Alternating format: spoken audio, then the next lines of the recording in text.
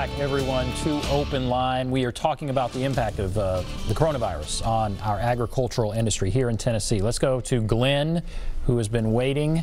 Hello, Glenn. Yes. Did you have a question or comment? Go right ahead. Yes, they partly addressed what I wanted to ask about. One is I've heard that farmers are slaughtering cattle right there on their farm without them ever going to market, and I wonder why that's happening, and I've heard that's probably going to cause a shortage in the future.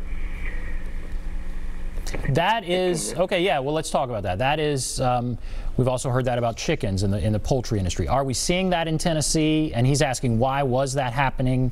You know, what is the situation there? Why did it happen? Is it still happening? Tell us about that. We've not had any slaughter of animals going on in Tennessee because of the issues in the food chain. We've seen that in some other states. You know, we've got a very fragile chain, if you would, and you know, we're working through an agricultural production system, if you would. And you know, the animals are born, they're raised, they're fed, and then they eventually go into slaughter, and that takes time. And whenever we saw some issues with some workers, if you would, in the slaughter industry, some plants in order to take care of their workers, if you would, because their health is of primary importance to the folks that are in the manufacturing business. We've seen some of those plants had to close. Well, what do you do with those cattle, those hogs, or those chickens and everything?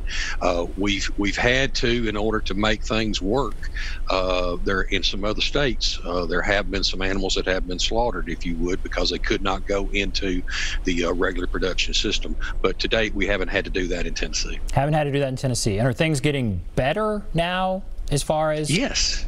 Yes, I'm glad you asked that, man, because you know, as our folks are, you know, our folks in the processing business have worked hard to clean those facilities, if you would, to equip their employees with personal protection of equipment and that kind of thing, and to protect them from the spread of coronavirus. And yes, we're seeing those plants come back online now, and it's really doing a lot to help ease that situation.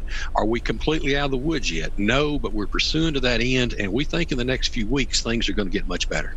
All right, that's good. They're adjusting. You know, there's no doubt they're going to continue to adjust to the need that, you know, that it's going to take to get through this pandemic. And we're blessed that our farmers are going to hopefully be able to hang on and adjust as well. We're all adjusting. We're all learning. And you know, none of us have ever been through this. So we're just blessed that we've got some great farmers and a great industry of agriculture. And we're all working together. So Keith, we have about 45 seconds left. What do you want people to take away? Bottom line, this is a tough time, but what do you want people to take away? I want folks to support Tennessee farmers and Tennessee agriculture. Support your neighbors that are out there that's got the products for sale, if you would, and also support those industries out there in Tennessee. We've got restaurant chains in Tennessee, we've got grocery chains in Tennessee that are featuring Tennessee products, if you would. Support those, buy local, and let's see our state move forward. Well, I appreciate Keith Harrison, Assistant Commissioner of Business Development. Thank you for coming on. And Lee Maddox, Director of Communications with the Tennessee Farm Bureau. Thank you both for coming on via Zoom from your homes. We really appreciate it. Thank you. Thanks a lot. Okay. Thank you. And thank you for watching. We're going to take a break. We'll come back. We will wrap everything up. So don't go away yet. We'll be back right after this.